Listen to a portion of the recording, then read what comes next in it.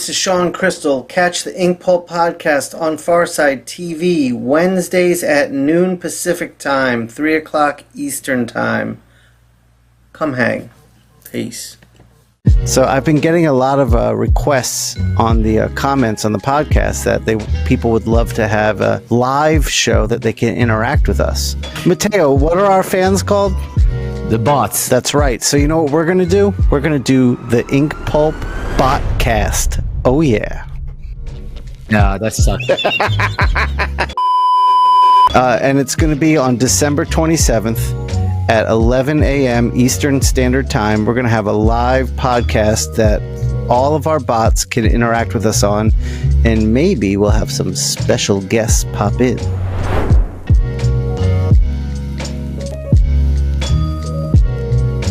Because right before you came on, Shawn, there was a sunlight shining right on Shawn. And I said, what is that? Where is that coming from? He's like, dude, can I tell you, Humberto is such a huge influence on me when I was coming up as an artist that I practically stole everything from him. So Shawn, you can suck his dick now. Yeah. There you go. No. Yeah.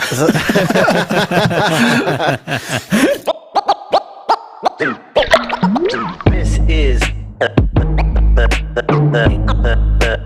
Inkpulp Podcast. Go Mateo. Love it. Mm-hmm. What an asshole.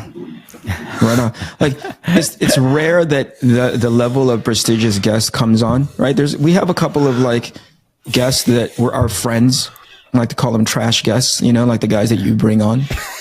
But there's few and far between that somebody who's as like celebrated as historically in his body of work as Humberto is. And the first thing you do is put on your he's weirdo. His light shines really strong, so that's why I had to put sunglasses on. That's right.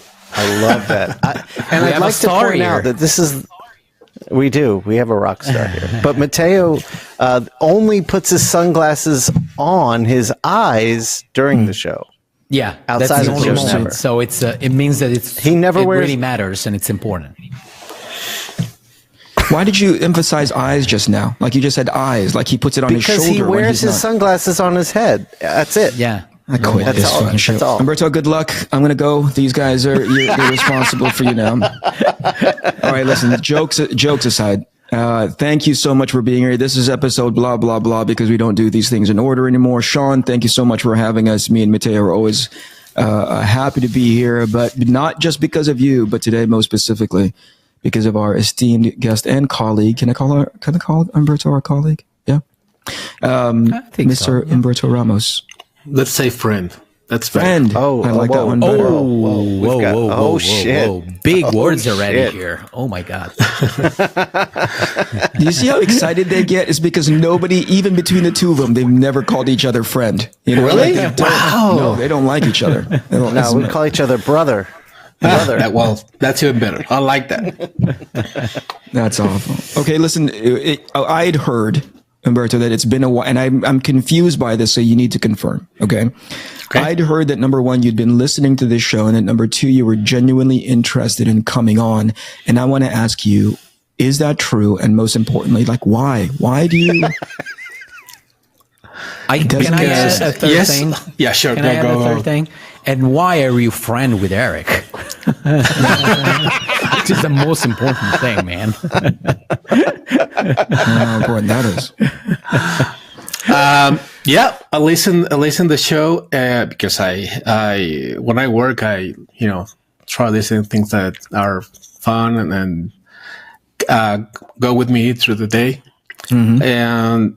And yes, I wanted to be here because it was a lot of fun. So I wanted to have a little bit of it. So that's the reason why. And yes, I'm friends with Eric since from a long time ago. Yeah, I'll tell you a small little story, and I have not forgotten this because it's so incredibly humbling. I went to Mexico for a convention. And I remember I don't know if I was a featured guest, and if I was, I'd question the organizers, but I was a guest and they had me on stage. And the crowd was asking questions. My Spanish is mediocre and poor at best. And I remember they were looking for somebody to translate, the questions to me, and an intern translate the answer back. And I don't know if it was done on purpose or if the plans had fallen through, but I remember Humberto did it. So here's how surreal my life is, right?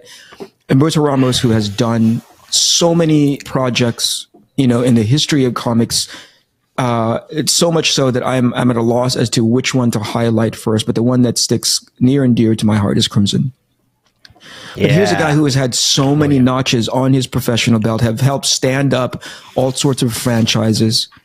And he took the time in his evening to translate for me. And I've never forgotten that. So I want to thank you years and years later. Yeah, Eric, it's called being a generous person, but of course you don't know about that. I'm very not generous. I'm the farthest thing from generous. Like if I spoke Italian and Matteo did not, I'd be like, good luck finding somebody else, man. Well, anyway. What is this nice side of Eric? I don't know this side. It's being gracious to our guests. Matteo, have you seen this he's before? being gracious to somebody. Well, finally. That's the only side that I know from Eric, to be Look honest. at that. You guys can go, how do I kick you guys out? Do I still have that power? I can just interview Humberto on my own. Here we go. All right, listen. There was a bit here, and I'll give you some behind the scenes stuff that was happening, Humberto, as we were about to go live with you, maybe 45 minutes ago.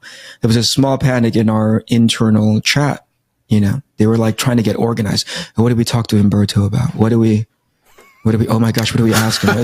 Where's our starting off point? What's our game plan look like? You're completely changing the reality. I was just asking. So, is there anything specific that you wanted to talk to Humberto about it, or did Humberto tell you that he wanted to talk about something specifically?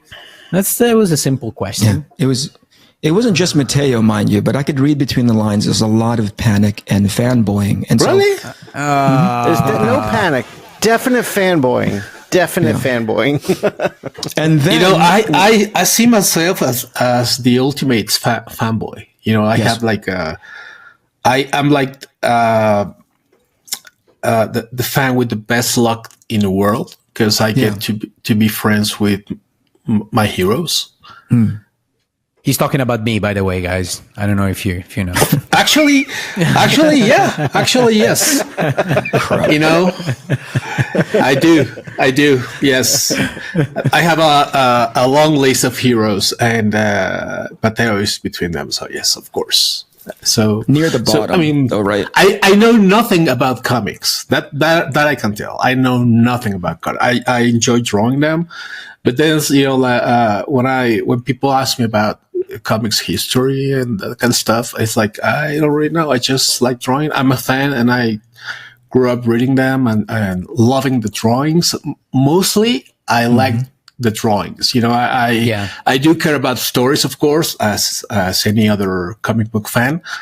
But I'm fan of the artists. That I should say, yes. So Humberto, do you still buy the books? And are you still buying books? Because it's something that we recently discussed about, because we wanted to try and buy books and read and discuss about them, because in this last few years we'd lost the habit of doing it. Oh yeah. But do you have this one? Not yet. But I'll get it soon, because now Panini Comics is got the DC license here in Mexico. Nice. And their editions, as you, Matteo, should know, are really nice. So yes. Oh yeah, eventually absolutely. Panini is basically buying everything. Like we have it in Italy too, and they used to be only the exclusive for Marvel stuff, and now they bought DC rights as well. So basically, they own a huge chunk of the whole Italian comic book industry. So it's it's weird to hear that they're doing it in other countries as well. Books. Nice. I have books you can't see, but I have a 2 stories bookshelf. Wow. And it's filled of comic books and art books and sketchbooks. And as I told you, I love the artists, and that's pretty much what I collect. I do buy the books, now it's easier to of course like to download them from the app and that. But then I buy them because I like to have the you know the thing the actual book, product the paper in your hand. Yeah. Yes, Totally. yes. It's Humberto, what I do. What helps you? Because it seems to me, just through your work and through seeing you, you're very excited every day about getting to draw still. What helps you maintain that excitement so it doesn't feel like a job and you lose that joy? I think actually both. I do understand and see it as my job.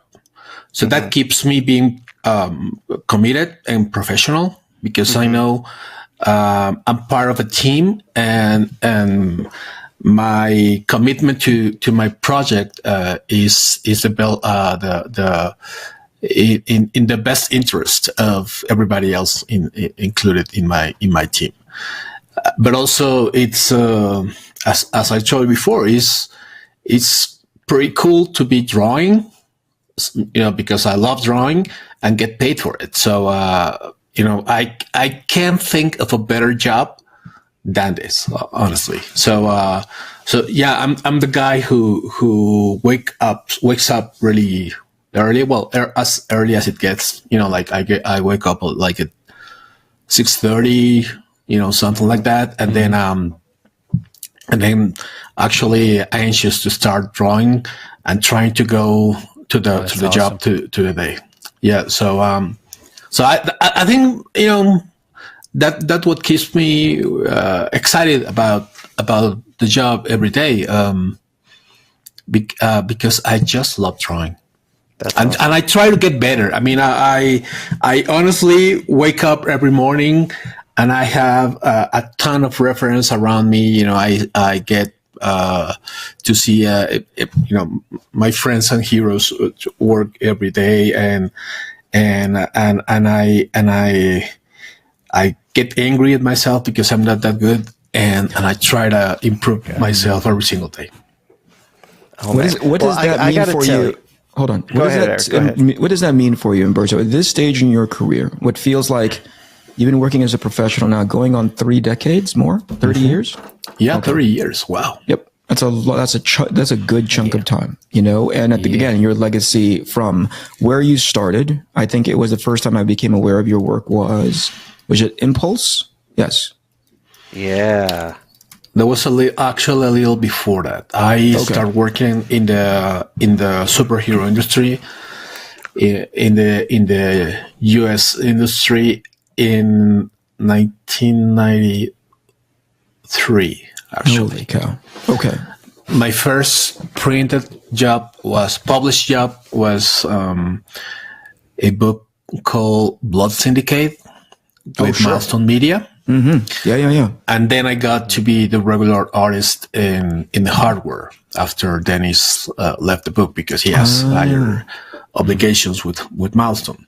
Mm-hmm. And I was part of Milestone for, I don't know, but a year, 2 years maybe. Mm-hmm. In the meantime, I start working. I did this Steel Annual. I think it was 94, 95 maybe. I don't know. At that time, I could work two books a month. So I was doing my regular Milestone book, and in the morning and the evening, I was doing this Steel Annual. It was like 50 pages or something. Wow. It was an Elseworld book, and it was about the Civil War. And while I was working on that book, what's the name? 0 Hour event was happening. Oh, sure. At DC Comics. Mm-hmm. Mm-hmm. So Tom Grummett, who was was drawing 3 books a month at that time. Wow. Shit. He was doing Superboy, one Superman book, and the 0 Hour book. Mm-hmm. So he had to leave one aside while he was doing that project. So he had to leave Superboy aside, and they asked me to fill in for two issues. I did that as I was doing my milestone work, and after I finished those two issues, one of them actually became pretty popular now because after the Suicide Squad film, with the shark guy, Nanu, well, that guy, the King Shark. King Shark, yeah. I actually had to draw the first appearance of this guy when I was doing Superboy, so it became really popular again. And well, I finished my two runs, my two books with Superboy, and it was the time where 0 Hour was ending, and this character appeared in that storyline called Impulse. And they wanted to have a monthly book based on this character, and they offered me the job. So for the next year, I was kind of working 2 books a month. Yeah. Holy cow! Impulse. Do you think you would still able to do that nowadays? Okay, sorry. I was following up on something, right? I said 30 years ago, this is where your career started. Here you are 30 years later, right? You were talking just now about still learning, still getting up and being very excited about the stuff that's going to be in front of you. You're still enthusiastic to be an artist. In 30 years, right? 30 years later, what is it that's in front of you that you're like, I still want to learn this. I still want to.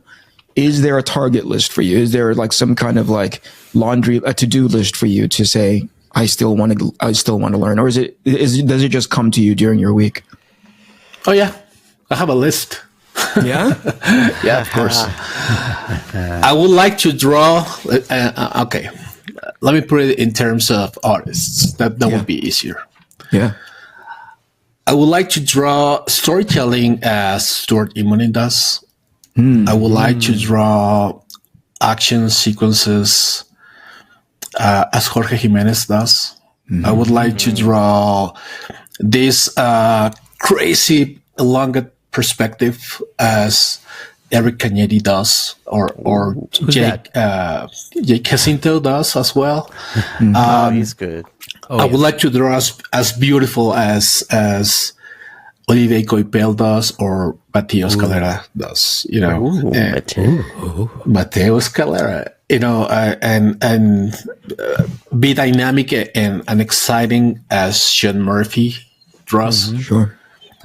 And be exciting and outstanding as Joe Madureira draws.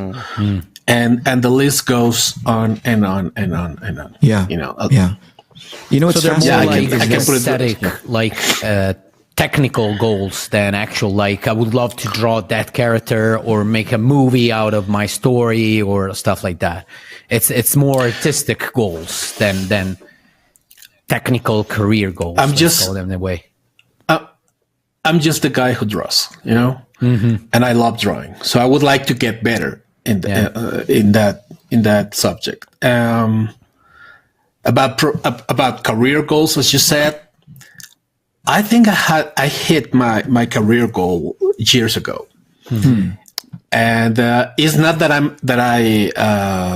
don't want to have more bigger goals in my life, professionally speaking. But when I first started 30 years ago, even more than 30 years, when I was just the kid who wanted to be in comic books at some point in his life, my goal was to be the artist on Spider-Man, on The Amazing Spider-Man. I wanted to be that. And I got there, and I was really happy there. And I will go back, any second if they ask me to come back, because I love drawing Spider-Man. Wow. And but about the other thing that is pretty common now, that everybody wants to create their own book and make it big and get a movie deal or a TV show deal from it. I wouldn't say I'm not into it. I won't like, if it happens, it'll be great. Yeah. But if it doesn't happen, it's not really what don't drives matter. I mean, right, exactly. I like what I have. I like my life.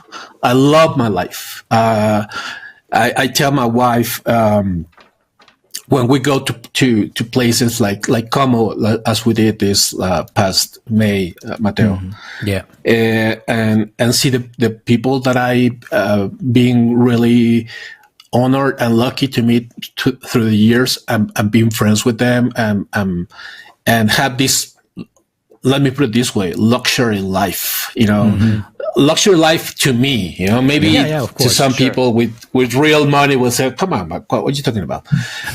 It's like being able to fly to places and know places, and even for a couple of days, I don't know, it's not that I stay like months after the show ends and stuff. That I wouldn't think of flying and meeting and knowing cities and countries when I was a kid. So to me, this is pretty cool. It's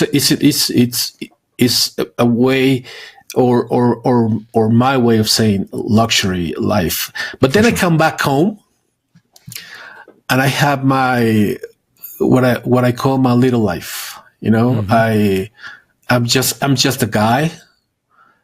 I have a bunch of friends from university, and I see them every week or every other week. Nice. And they don't give a shit about who I am. Sure. They don't Same care. here, brother. They don't ask. Same here. They don't know. And I love it. It's my friends from life. Yeah. They don't. I gotta tell you, even my girlfriend doesn't give a Yes. shit about who I am. So I hear you. Well, none of us give a shit about who you are, Mateo. Let's be honest. but Shawn hasn't met my wife yet. Well, she you met him briefly now back in New York. Yeah. But Mateo knows Fernanda. Eric knows Fernanda. Yeah. She's amazing. And I love that part of my life. Like when she started being my girlfriend, then my wife, and she really likes being with me. When we go to shows, when we go to conventions, I tell her, I'm not gonna get to meet the city where we are invited to, because as you guys know, and people maybe don't know, but this is a real thing. This is how it works. We get to the airport, then the hotel. Pretty much it's late at night because, there are like stops and whatever. Mm-hmm. Next day, the show starts. The show starts at around 9:30. And I'm there all day long. I'm not the guy who wants to be like 2 hours signing and then whatever. I'll stay because that I get that's why the show invites me to be at, to be committed to the people, to the fans, because fans, they arrive at different times. So I want to be there for them. So I stay there all day long. Then around 7, whatever, it depends what time the show ends. I'll go back to the hotel and then try to get someplace to have dinner, and that's it. I'm not a party guy. I don't like doing that because I know the next day I have to do the same thing early in the morning. Mm-hmm. And so when the show ends, mainly Sundays, I get to go sleep. Maybe that's the day that when I can be more relaxed because most of the shows they end earlier on Sundays. Yeah, but then Monday morning I go back back home and back to work. So there's actually zero time to be a tourist unless I specifically ask the people who invite me to the shows, like, okay, can you let my ticket back home open for a couple of days, so I can actually go and meet the city. So I like I love actually that she prefers to be at the show with me. I know all you guys because you guys are all awesome. And that's pretty cool. I can't explain you how cool it is to go to all these conventions with her, and knowing she doesn't need me anymore at shows. She has her own thing. She has her friends. She's people who are really more. Yeah. Yes. There are more interests on talking to her than talking to me. So I really love that. So So this is my little life. This is what I like. Just so you know, since I brought my girlfriend this time in New York, and so her plan was not to come to the show to go and visit the show, but on Saturday it was raining, and so she decided to take shelter in the show. And so I saw her, and after like an hour, maybe 45 minutes, she came back to my table. It's just like, I'm never gonna come here again in my life. I hate this fucking shit. You're never gonna see me again. I'm probably gonna be flying to New York with you again, but I'm never gonna see this fucking show anymore. It's a fucking nightmare. I hate it. Okay, bye. See ya. And she left. Just to give you an example, the differences between people. Yeah, it happens too. But Well, Matteo, you took her to the Wolves Den. New York is no joke. Yeah. Originally, as I told you, the plan wasn't that she would be at the show. So, it's just because it was raining. So, yeah. Right. Yeah. Let me go back to the earlier part of the conversation when I said there was like a mild panic because you were coming and they felt really disorganized, right? Near the beginning, I think this is before you hit the link and joined us, Shawn was in a tizzy. I've never seen so everything that you're saying right now, Humberto, like you love your life, right? You love your home. You love the fact that you have your small little life, and you conduct yourself as a professional. Historically, you've eased into the ambassador of Mexico. I remember people talking very, very highly of you when it comes to being a premier guy, the people that represents that version of art for your country. That's amazing. But I took a look at Shawn just now, and it was dark, right? It was like as close to black and white and French film noirish as possible. It just showed to me that Shawn had no idea what you were talking about. Happiness, being content with their job, existing on a level of professionalism. And there's the reason why I bring this up, because right before you came on, Shawn, there was a sunlight shining right on Shawn. And I said, what is that? Where is that Smurf sunlight coming from? That fake Smurf. Yeah, but it's like manufactured. It wasn't real to me. You know what I mean? It was synthesized. It was a cartoon. And I said, where is that coming from? He's like, dude, can I tell you? Humberto is such a huge influence on me when I was coming up as an artist that I practically stole everything from him.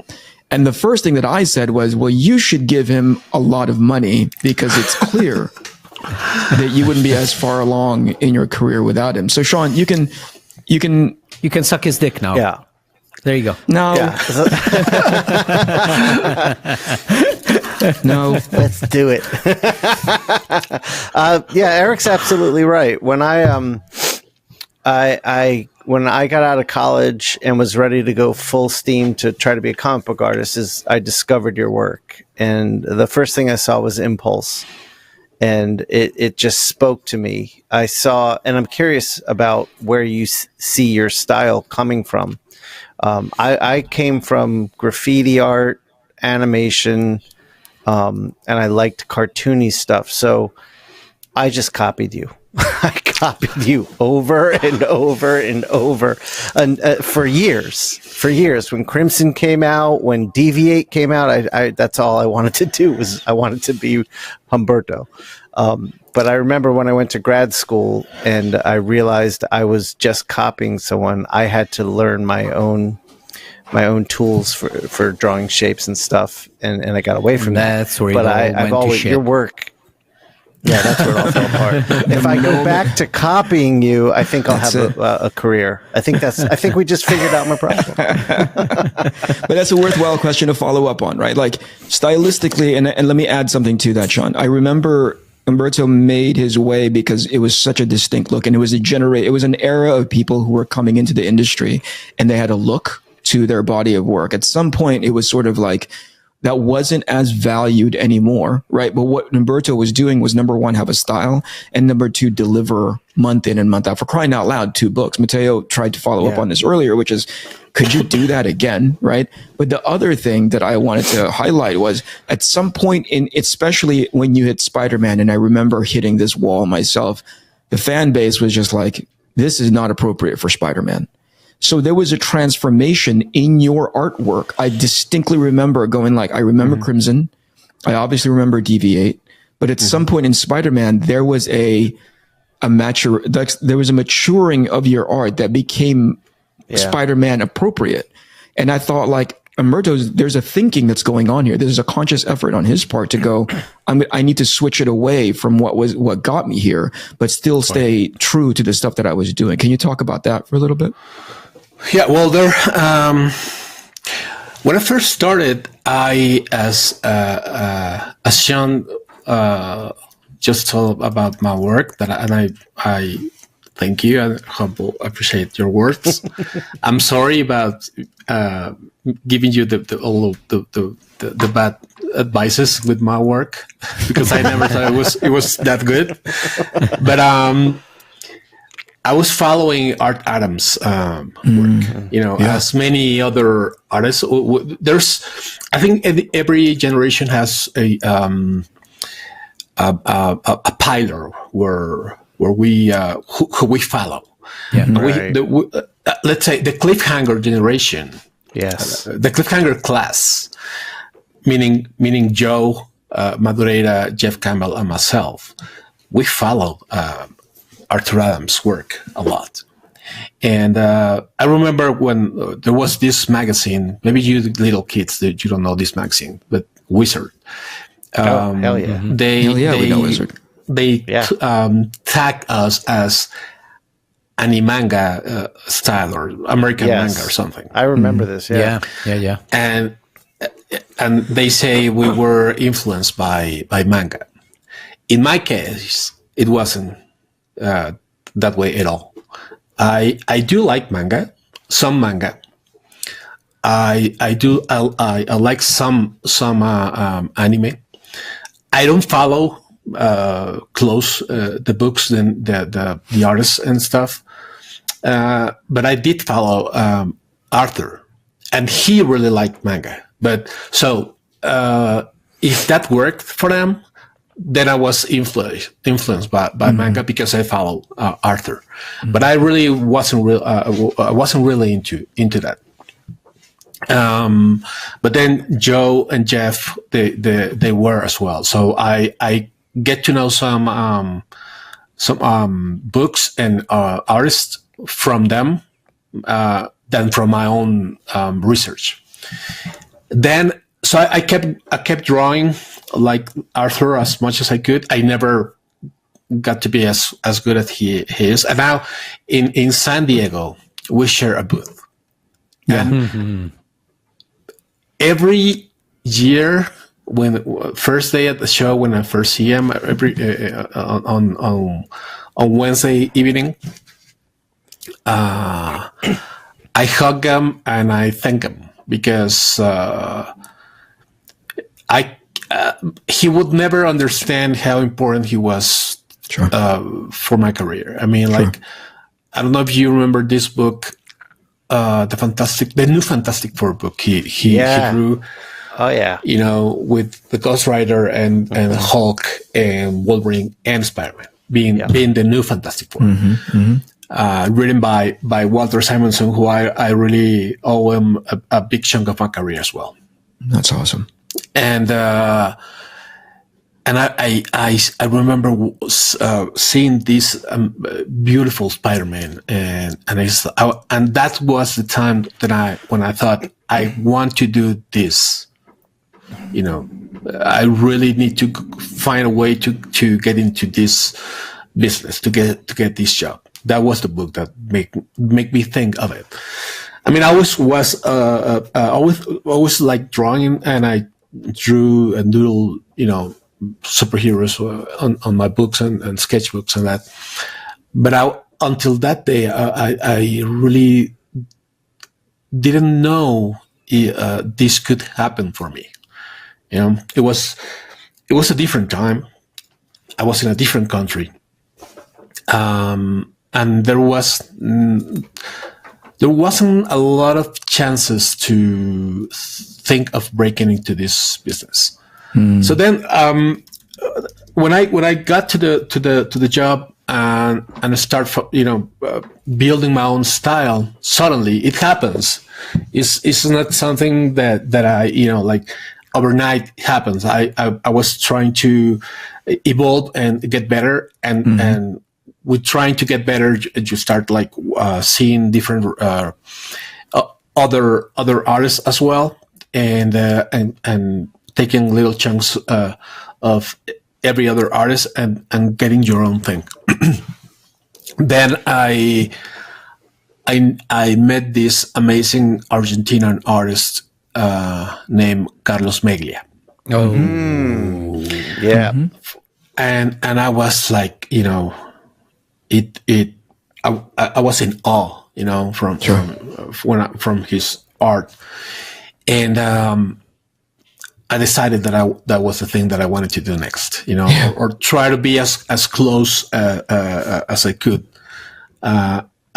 So the best thing I could do was to meet him. So I called him on the phone, because at that time we call people on the phone, and it was years before internet and that. And so I was doing Crimson at the time.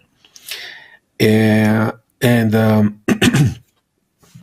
Scott Dumbier, the editor on Cliffhanger, he told me there was a chance to do a single issue, a spin-off from my series, because we were doing this many issues. We did an amazing source book with all these amazing artists. I mean, now when I go back to that Crimson source book and I see the names on that book, I was like, I don't know how we get these people to be in this little book, but I was thrilled. Sure. Like from Jim Lee to Mike Mignola to, crazy, Travis Charest, all these guys. And so they asked me, okay, you can choose whoever you want to do this book. I think in Scott's words, it was implied that I was going to pick somebody from the Wallstorm crew, because they had these many artists. Yeah. And I was like, really? Anybody I want? Like, yeah. It's like, okay, there's this guy in Argentina I really like. Okay.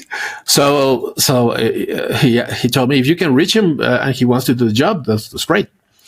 So I had a friend in Mexico, an artist as well, an Argentinian comic book artist who lives in Mexico now. His name is Lucas Marangon. He's run a lot of work for Dark Horse, and he's really Star Wars related artist. Mm-hmm. So I called them because, well, you're Argentinian, Juma, you should know him. And he said, well, actually, I don't, but I know a guy who might know him. So so he gave me this phone number. So I called this guy, and he gave me the phone number. It was basically LinkedIn before the internet. Yeah, exactly. So I finally get to Carlos Meglia's phone number, and I call him.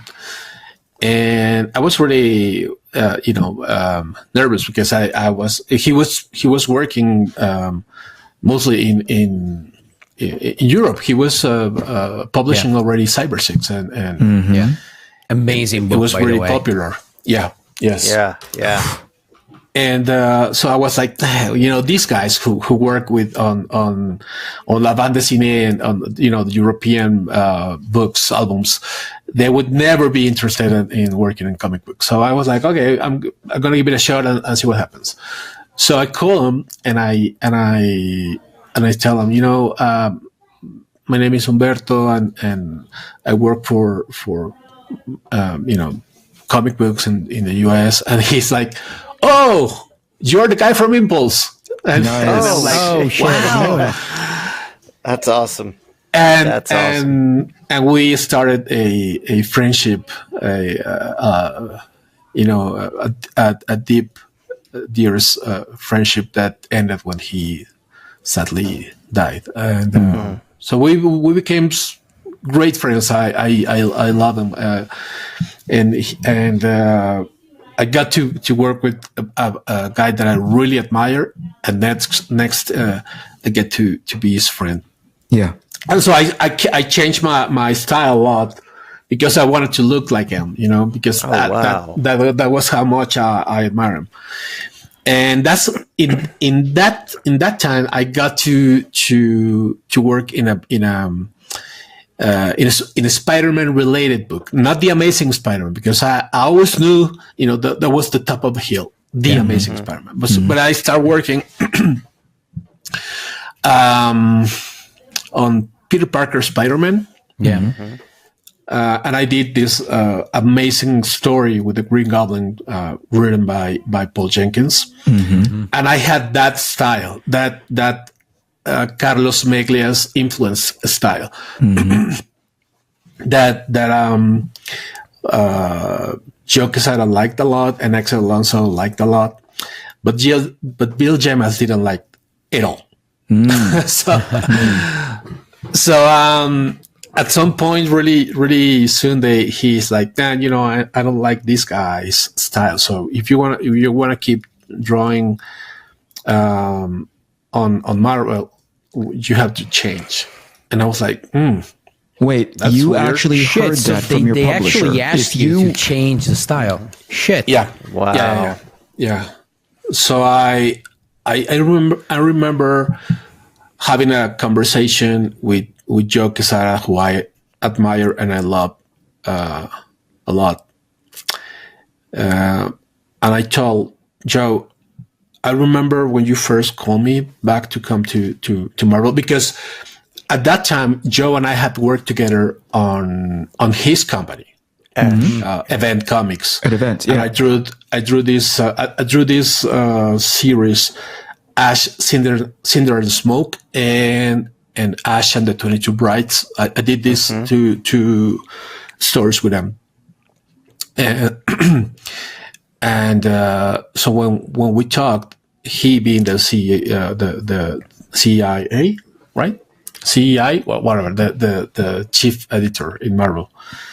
I told him, you call me back to Marvel because you like my work, and now somebody wants me to change my style to be at Marvel. So I'm gonna put you in that position, because I knew that Bill Gemas was above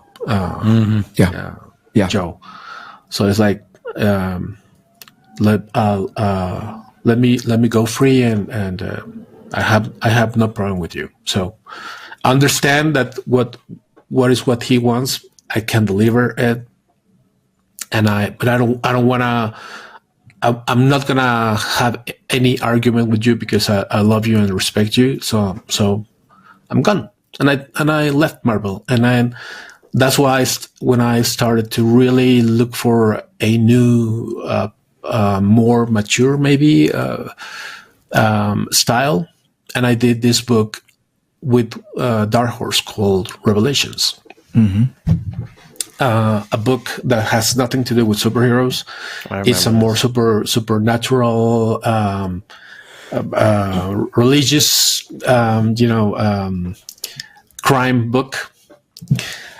And if you go through to those pages, to those books, you'll see that I had this Carlos Meglia influence style a lot, but then I tried something different, and the whole book is just pencils, like really. I remember. Mm-hmm. And through that process, I changed my style, and so when I came back to Marvel, I kind of understood that if I wanted to play with the big toys, I wanted to find a new voice. And as I told you, my goal since day one was to get to the top of the mountain. Mm-hmm. That for me is the Amazing Spider-Man, and that's when I really start reaching out for that book. Yeah. Now, I remember a lot of what you're saying. I remember like the industry at this time, because that's when I was breaking in. When I was first trying to come in, I was really looking at the cliffhanger guys like you and Joe, and when I got my work to a place where it was almost professional level is when I remember Marvel saying no cartoony art, and you were like the only person there doing it. And I had editors say, I can see you can draw. If you just draw realistically, I can give you a job. But A, I didn't want to do that, and B, I don't think I could do that. So I always look to you as like that North Star, like just keep going, keep doing your thing and keep going. But that was a strange time. I didn't know I didn't realize that it affected you to the point where you had to leave Marvel for a little while and then come back. I just thought you had a job pull you away, and like, so to hear that was I guess the question I'm asking, and the big question I want to ask you, was if there's any advice you can give, because you've built your own lane in comics and at Marvel. I mean, Humberto's lane is yours. Any advice on how to do that, or things that have helped you do that along the way? I think everybody has to build their own path. I don't, when I talk to people in the industry, they have different stories on how they get into it, and how and why they keep doing what they do. As I told you guys, my life is really simple. I'm a person who's thankful for everything he gets. I have no agendas. I have no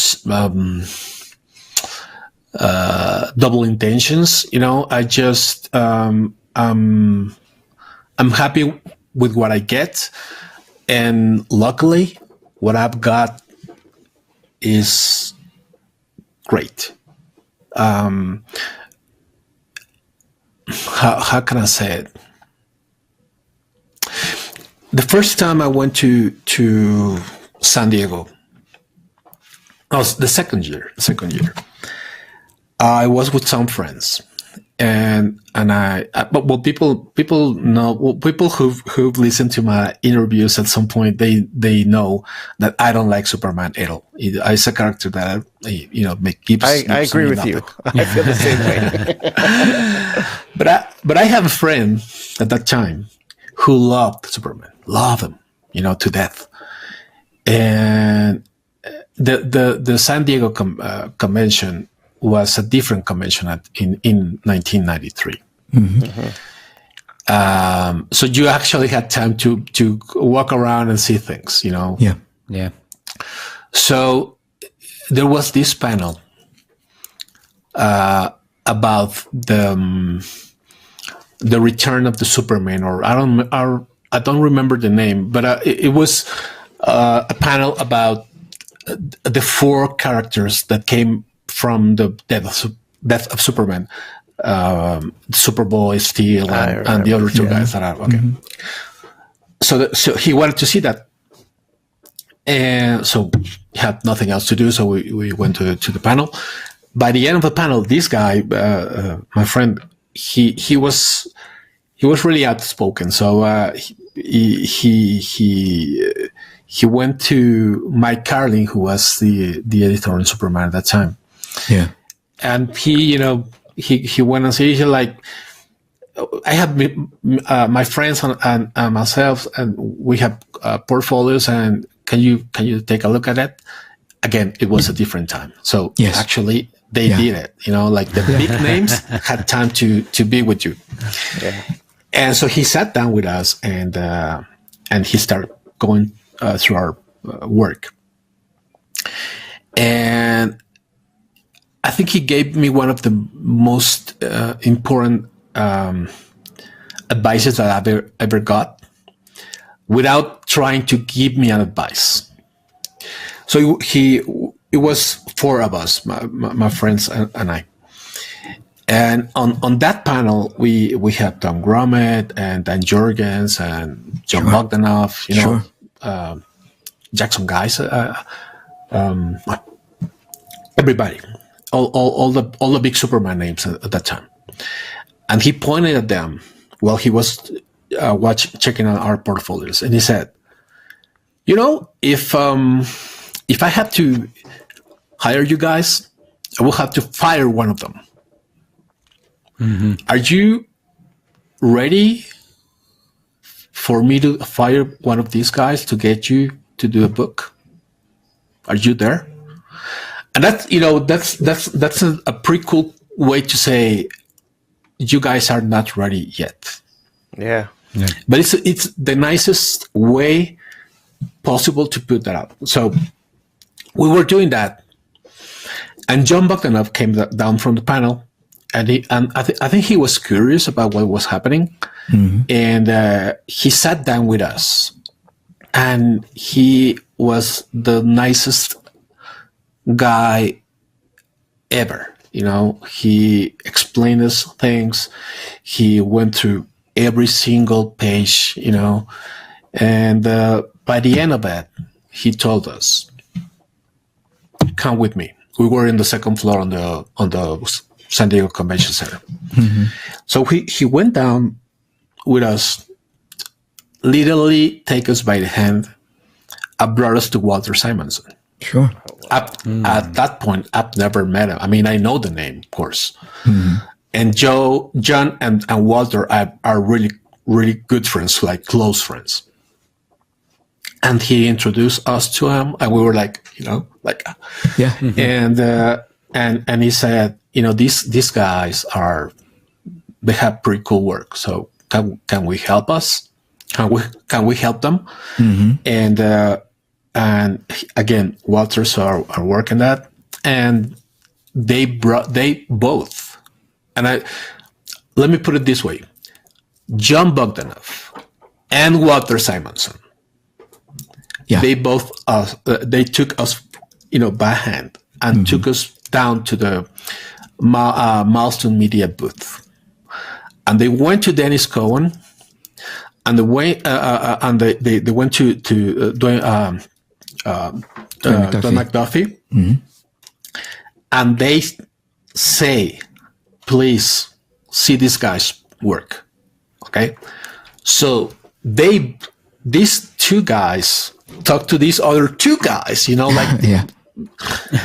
and they talk between each other and to let us have a window, a chance. Mm-hmm. I can't explain it. It was pure luck, and we were in the right time, in the right moment, and we happened to meet pretty nice, well-hearted, cool, amazing, great artists. But mostly great people. The four of them. Yes. So we sat down and they went through our work. They saw us four portfolios. And when they went through mine, they told me, Dwayne asked me, have you gone to any other portfolio review? And I told him, yep. And he said, "What I told you, like, well, some told me that there's stuff that they like on my portfolio, and come back later, come back next year." They gave me, the business cards and the whole thing that they. And then he said, "Okay, go to nobody else. I want you here." Yeah. So I was like, that's how my career started. So I wish everybody would walk the same path as I did. Yeah. Because it was the way to start a career, in between these big names. Right? Yes. Yeah. And I remember being as happy as I could and going back to John and Walter and tell them, I have no way to pay you guys what you did for me. Sure. Yeah. And John being the smart, clever guy he is, he said, "Yes, you can. You can pay me." And I said, "Okay, tell me what can I do? Like, do the same thing for the kids after you." Yeah. Yeah. Because That's people great. will come. And that's the thing I've done since, when somebody approaches me. That's why I never say no to a portfolio review. Most of the kids that I see at shows, they're not ready, and they know that, But I think they deserve to have this time, Yeah. And I think that's something that I owe them, because somebody gave me a great advice and that helped me a lot, and that's what I want to do back In for return, them. So, yeah. So maybe there's no a thing that I can advise people, Shawn, as you ask, on how to walk this path, on how to build a career. There's I can say there's a recipe. I could say the common things that: be professional, be educated, be nice. CB told me once, well, there's three things that you need to have for being a professional artist. If you have two, you're there. So you have to be really, really talented. You have to be a really professional, or you have to be a really nice person. Yeah. If you have two of them, you're there. If you're a professional and a great talented artist, it doesn't matter if you are. Well, it does matter, but that doesn't matter that much if you are kind of a jerk. You will get there. You will get job because you are that good. If you're a nice guy and really professional, maybe you are not that talented, but that good. That will get you there. Yeah, for sure. And I really want to believe that I have three of them. Maybe not. I'm not that really talented. No, stop. But I work.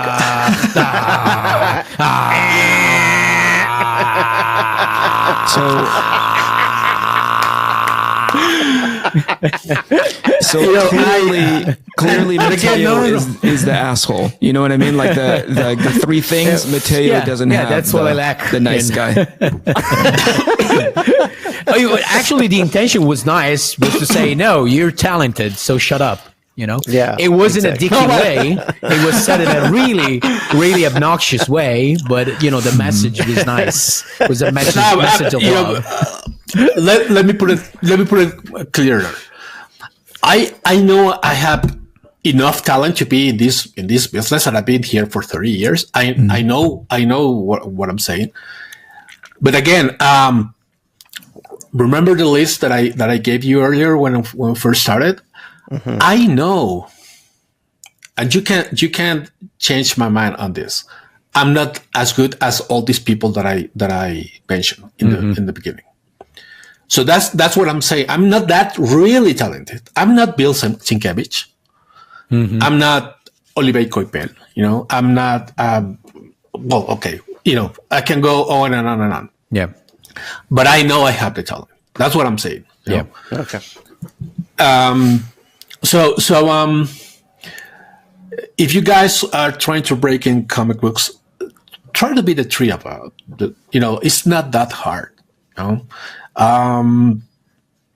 It's actually pretty cool when the time goes by and people comes to you and like you. If you ask me, I will humble answer that I prefer that people likes me than people admire me. I like my friends like you guys like me as a person. Yeah. Because that is what is the real thing. My work, you can see it on books and don't give a shit about me. I don't want that. Honestly. I want to have friends and I want to, be cool to people and when they see me at bars or at the end of the show and that they say, "Oh, it's nice to see you, Humberto," and not like, "Oh, here he comes," let's pretend we didn't see him.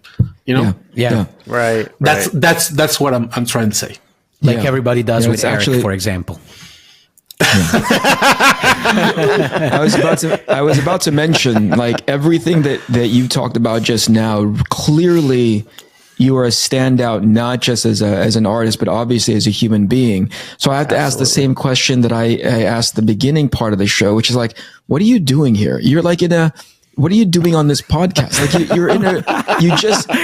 Matteo just spent 3 minutes knowing you, telling you to shut up for, in a weird game show host kind of way, right? Shawn sets you up with a question that could potentially go, like, you basically in the kindest Humberto way possible told Shawn, there's no stupid formula, for there's nothing that you can do to get to this other than be prepared in the opportune times by having a good portfolio, meet a bunch of people completely by accident who have a belief system into your work, and we'll be happy to show it around. So my question goes back to the original thing, which is like, you're too nice and too good and too kind to be here to hang out with like 3 jerks. But thank you so much for making time for being here. If there's a big takeaway that I can get, obviously outside of just like be professional, be good, be kind. The other one is, it's hard to circle around the things that you did that you seem to say, hey, I fell there by accident. I met Mark Carlin, who in turn introduced me to John Bogdanov, who then in turn introduced me to Dwayne and to Dennis. But I really think there's something to be, if you were to strategize around that. Number one, every single person that you met in that space knew what they were talking about. So if there's something that you can circle to go like, hey, what should my actionable, what should my game plan be if I'm going to a convention? First of all, look for the people who know what they're talking about, right? It's not to diminish all the associate editors and all the people who are in the orbit of these offices, but there's something to be said for people who are in the position, CB included, whomever else, that you can look at to be like, they've brought on people and they are currently associated with a bunch of people who know what good looks like, and therefore they establish that bar. Secondly, and I think you hit upon this about 15 minutes ago, which is like, be good enough to be competitive. You don't have to be the best, right? The best isn't, ultimately the best will come, and who knows what that looks like later, right?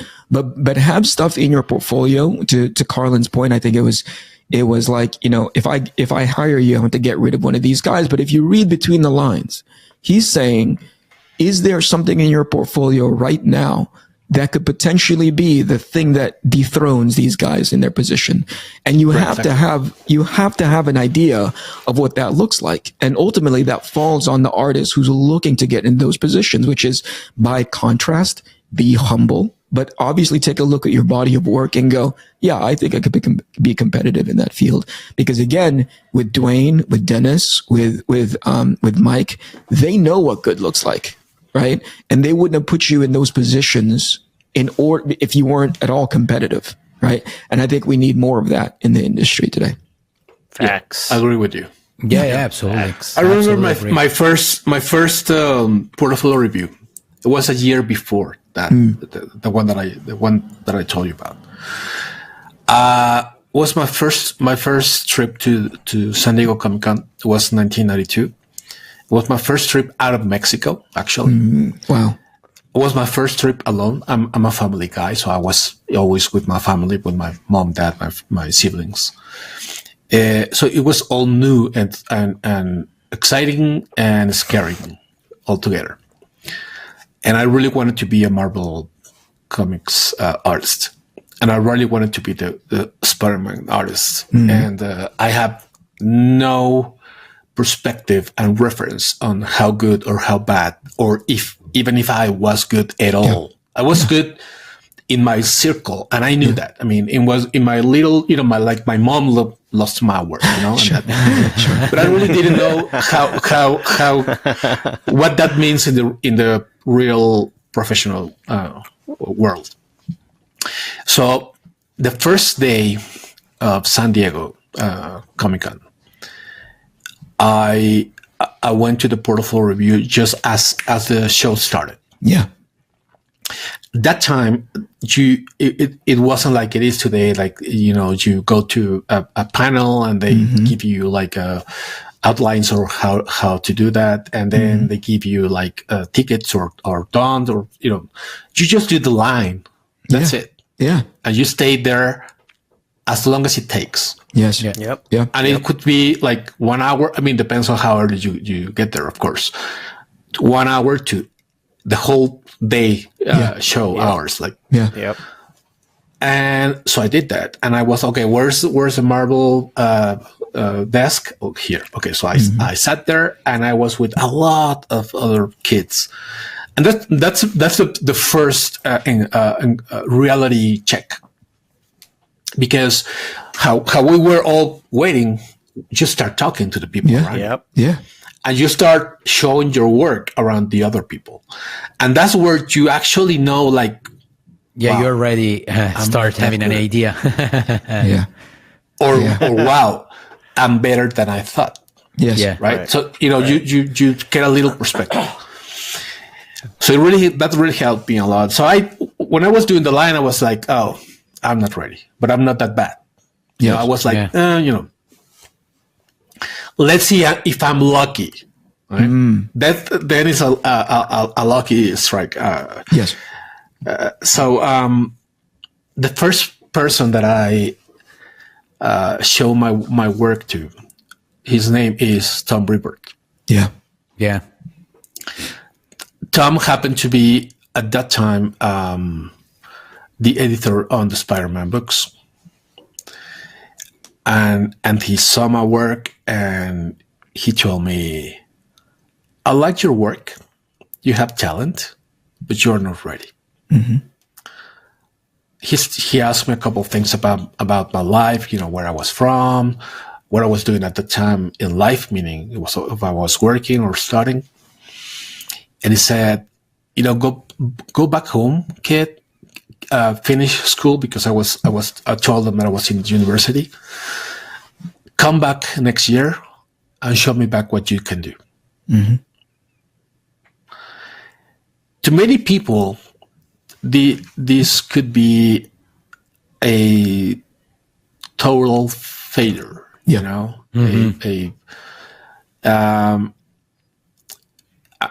to me, it was weird because I felt really happy. Because this guy from the Spider-Man office, the editor of the book that I wanted to work at, he told me that I didn't suck, Yeah. That if I work more, if I try really hard, I might get there. Yeah. And I have 1 year to make it happen for myself. Right. So I came back home. I worked really hard. I finished school. I try to, find out ways to improve my style and my storytelling and my techniques and stuff. Again, there was nothing but, getting a couple books. Of course, the How to Draw Marble. Sure.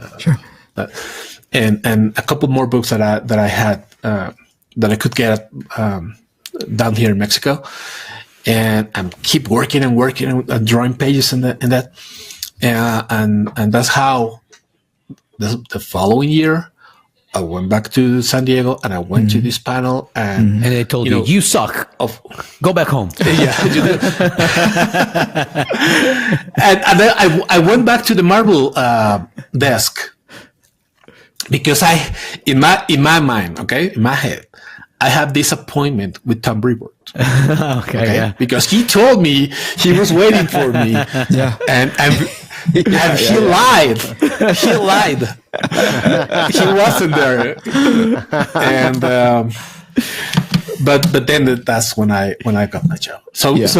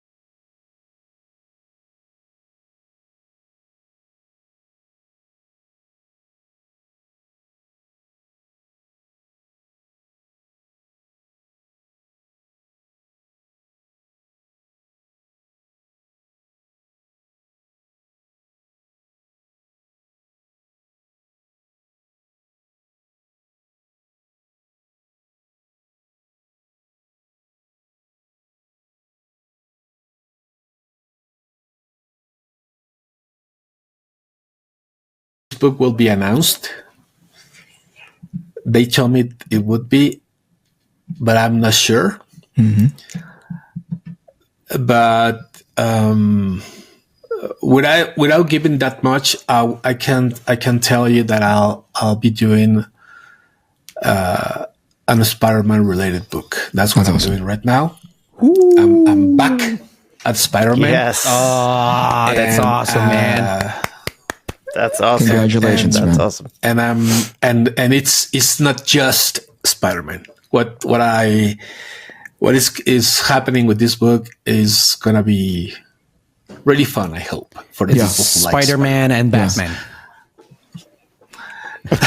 Well, I and Spawn through the pandemic, when things were going south to everybody, and that I sent an email to Marvel saying, like, guys, maybe it's time to do that back. Yeah. People, we need heroes. We really need to feel that, that's a better side of us all together. And, so I gave this speech on my email trying to bring back, the Marvel and DC worlds together. It didn't work, of course, but I would love to do that. Honestly, I mean, I'm always been a Marvel fan. Yeah. But I respect a lot DC Comics. Sure. I owe DC a big time, of course, and I would love to do that again at some point. I hope things would work that way, and we can share a little of us all together. I mean, not just us artists, but companies and corporations, and all these things that happens way above us. I would love to happen again for the people. because we are fans, above all. Yeah. Absolutely. Thank you so much, Humberto. We're going to cut it in such a way where we're talking. We're going to be talking. We're going to put this part in the front, and then we'll get to our interview. All right. Thanks, man. I'm going to hit the stop button. Thanks, brother. Thanks a lot. Thank you for coming. Great. Thank you, brother. Thank you. Thank you. Thanks.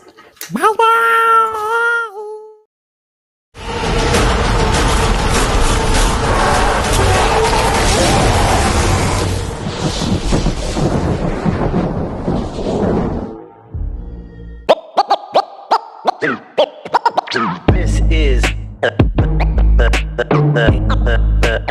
Inkpulp Podcast. This is the Inkpulp Podcast. Comics, hip hop,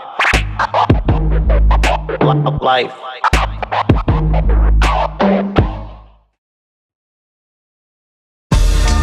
Yo, the price of games, rise up, stand the price, the loss of legs. My occupation, in essence, not complacent. Block the banquet, stop the computation. I'ma make the coda, fools just wanna make the quota. They can't rock around here, they need baking soda. This a hydra, no way they taking over. Lay 'em below the basement with snakes, cobras.